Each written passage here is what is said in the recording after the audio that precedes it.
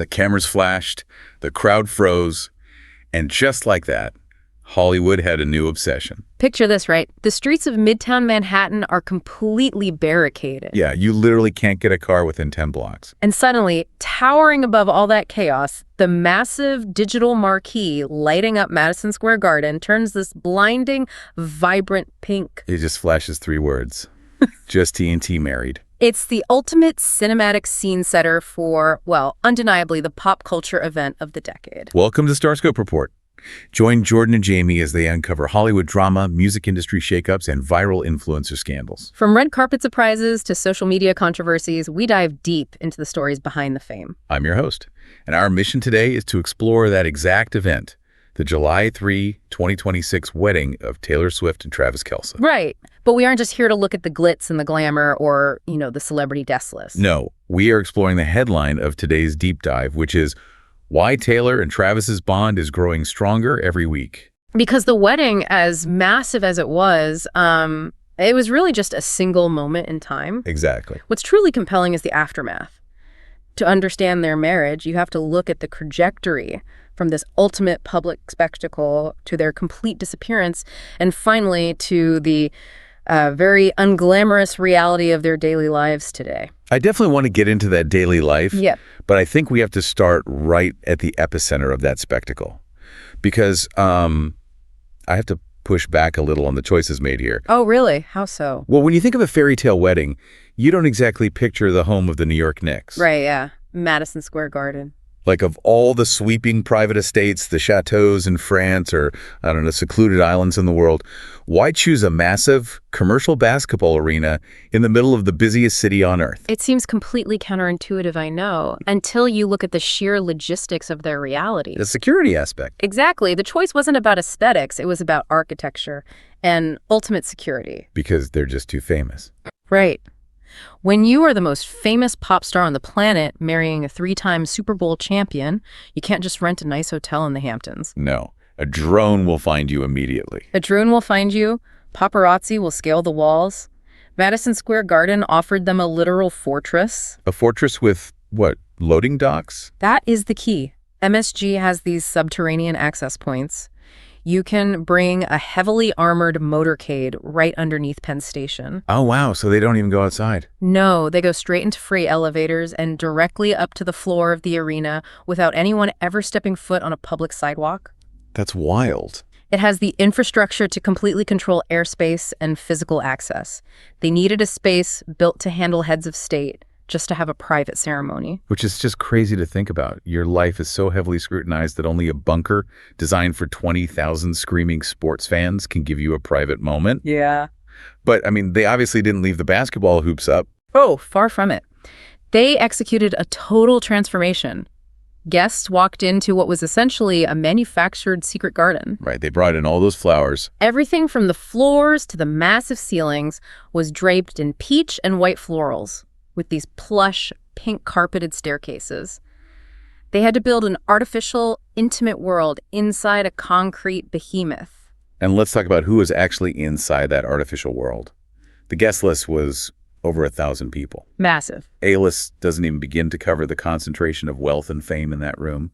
But amidst all of that Hollywood royalty, I was struck by what they did at the actual altar. Right, the bridal party. Yeah, they didn't have this massive star-studded bridal party, like no famous squad up there. No, they kept the inner circle incredibly tight.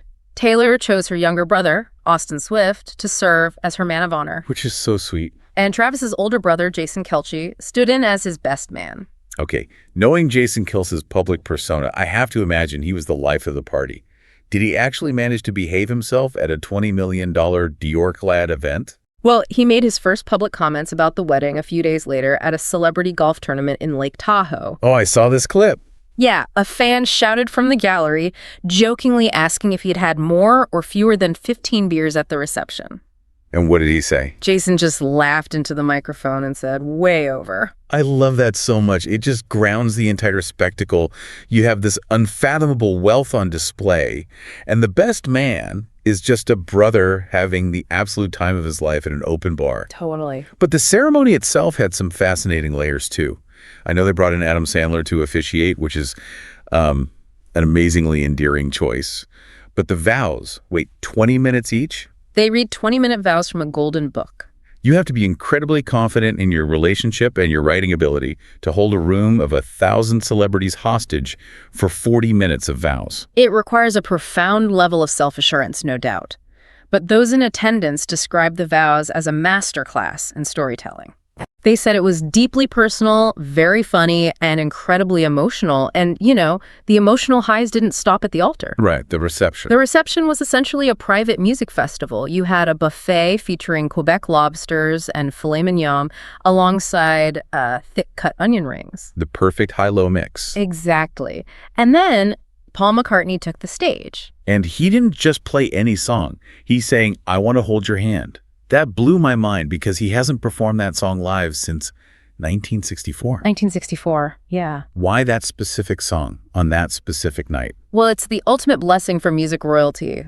I Want to Hold Your Hand was the song that broke the Beatles in America. Right, the start of Beatlemania. It represents the absolute pinnacle of pop music mania, the exact kind of mania Taylor Swift navigates every single day. Oh, that's a great point. So for McCartney to pull that out of the vault for her wedding, it was a profound acknowledgement of her place in music history. And then in the ultimate early 2000s nostalgic pivot, Avril Lavigne gets up and sings Skater Boy. You couldn't buy a ticket to a lineup like that. You really couldn't.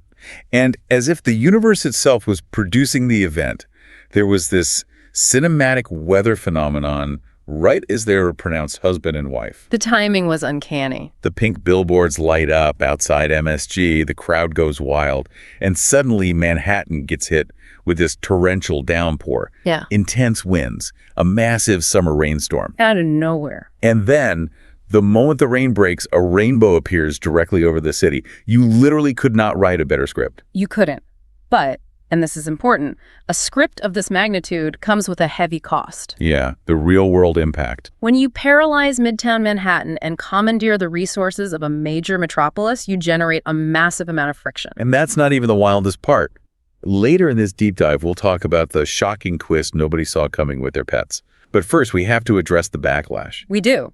The public backlash to this wedding was significant, and we have to look at the mechanics of why that happened. Right. We need to unpack the consequences of building that fortress. Because freezing blocks of New York City in July isn't just a minor inconvenience, it completely breaks the local infrastructure. The NYPD had to establish an unprecedented perimeter. We are talking about shutting down major traffic arteries for days leading up to the event. Which takes so much manpower. Exactly. This required a massive deployment of police officers. The internal complaints from the police unions leaked almost immediately. I remember seeing those reports. They detailed how officers were forced into extreme overtime. Many were working 24 to 30-hour shifts consecutively, standing on hot asphalt in the middle of a brutal summer heat wave with virtually no breaks. And that level of strain on a city's workforce sparked a major debate about wealth and public spaces. You had political commentators like Hassan Piker stepping in, calling the entire event a dramatic misuse of public resources. The argument was essentially, why should taxpayers subsidize the security and logistical nightmare of a private billionaire's party? And we should clarify for you listening, we aren't taking sides here. No, absolutely not. We're just reporting the public reactions. Exactly. We just want to impartially convey what the conversation was. And that tension was compounded by controversies inside the building, too. Fan communities are incredibly vigilant, and they quickly noticed the attendance of a man named Stephen J. Demetrio. Right, the corporate guest. Yes. He is the executive chairman of a major government contractor that operates large immigrant detention sites, and he has deep ties to ICE. Which instantly became a huge flashpoint online. Because Taylor and Travis have very specific, publicly stated political values. Right, they do. So fans were immediately questioning how someone with those corporate connections ended up in their inner circle. And again, just impartially reporting the facts of the backlash here, we aren't taking a political stance. Right, just outlining the controversy. And the mechanism of his invitation is actually quite simple, though obviously didn't soften the optics for the fans. Why was he there? Demetrio is the adoptive father of one of Travis's oldest, closest childhood friends. He was there in a family capacity. Oh, I see. But it highlights the impossible tightrope they walk. When your life is a global brand, a simple personal invitation to a friend's parent becomes a geopolitical talking point. Every single choice is scrutinized. Every single one. Which explains their next move perfectly. When you trigger national debates over public infrastructure, and your guest list is being analyzed by political commentators, you can't just stroll into a coffee shop the next morning. No, you definitely cannot. The pressure forces a complete vanishing act. It does. Though they did try to offset the footprint before they left. Just hours before the ceremony, the couple quietly routed $26 million in donations to various charities. Wow. Is that genuine philanthropy, or is that essentially paying a PR tax for the chaos they just caused? It likely functions as both, honestly. It's an acknowledgement of the sheer extravagance of the event. But immediately after that, they executed a 3-week disappearance. And what a disappearance it was. Like, they gifted their rehearsal dinner guests these custom velvet boxes holding diamond-encrusted champagne flutes. Incredible. Which felt like a massive thank you and goodbye. Because then they hit the road, or rather, the skies. The itinerary covered an immense amount of ground. They started in the Bahamas, moved to Lake Como, spent time in Paris and the French Riviera. It's just hitting all the spots. Right. Then sailed through Croatia, headed over to Asia, down to Fiji, and finally concluded in Hawaii. I look at that list and I don't see a relaxing vacation.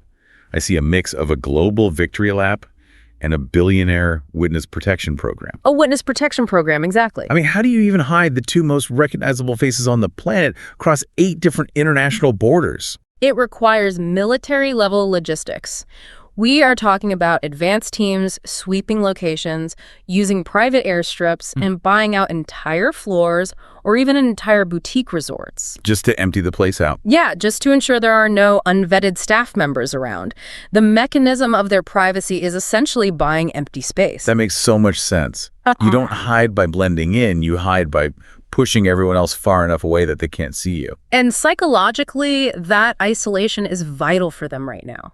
Think about the adrenaline and the performative stress of a 1,000-person wedding where every camera in the world is pointed at the front door. It must be exhausting. Right. This 3-week buffer zone was a decompression chamber. It allowed them to shed the armor they're forced to wear in public, step away from the noise, and actually focus on the reality of being married. Just the two of them. If you're loving these Hollywood twists, make sure you're subscribed. We've got even crazier stories ahead. Because, well, honeymoons eventually end. They always do. The decompression chamber has to open. And when it does, the shift in reality is jarring. We go from private islands in Fiji and diamond flutes in Lake Como straight into St. Joseph, Missouri. The unyielding reality of the NFL schedule. This is the pivot that I find most fascinating. Just weeks after the wedding of the century, Travis is required to report back to the Kansas City Chiefs training camp. Right. The NFL doesn't care if you just married the biggest pop star on earth. You have to be on the practice field. Exactly. This is where the marriage faces its first genuine test. Surviving a highly coordinated, flawlessly produced wedding is one thing. Adjusting to the highly structured, unglamorous, physically exhausting reality of professional football is entirely different. And Taylor is leaning into it completely.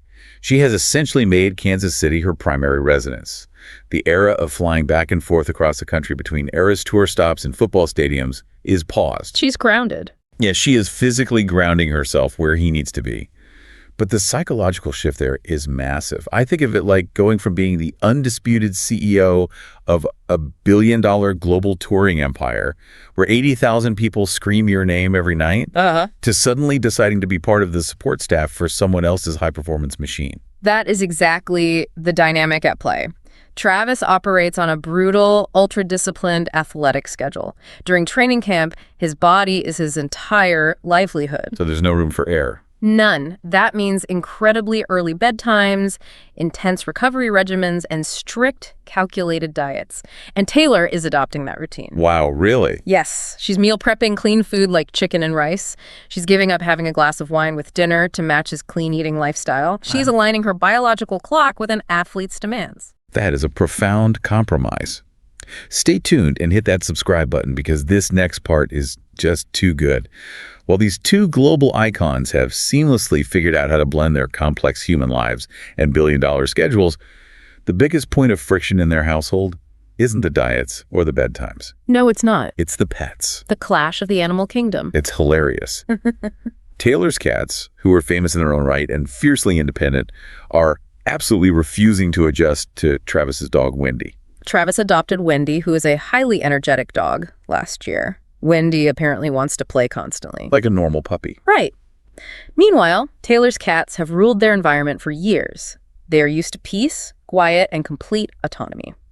Now they have this hyperactive roommate who doesn't understand their boundaries at all. It's like watching three tiny divas negotiate a peace treaty in the living room. It really is. You survive the NYPD lockdown, the global press, the logistics of a multi-nation honeymoon, but you can't get your dog to stop bothering your cat. It's a wonderful detail because it completely humanizes them. And it brings us directly back to the core headline we started with, why their bond is growing stronger every week. Because of the vets. Well, because of the mundane, everyday reality the pets represent. Strip away the Christian Dior gowns, strip away the secret garden at MSG. Their actual lived reality right now consists of going to bed at 9 p.m., eating boiled chicken, and trying to keep the dog away from the cats. Right, it's just normal life. Taylor Swift is deliberately pausing the glamour of her superstar lifestyle to embrace the quiet, unglamorous sacrifices necessary to support her husband's grueling athletic regimen.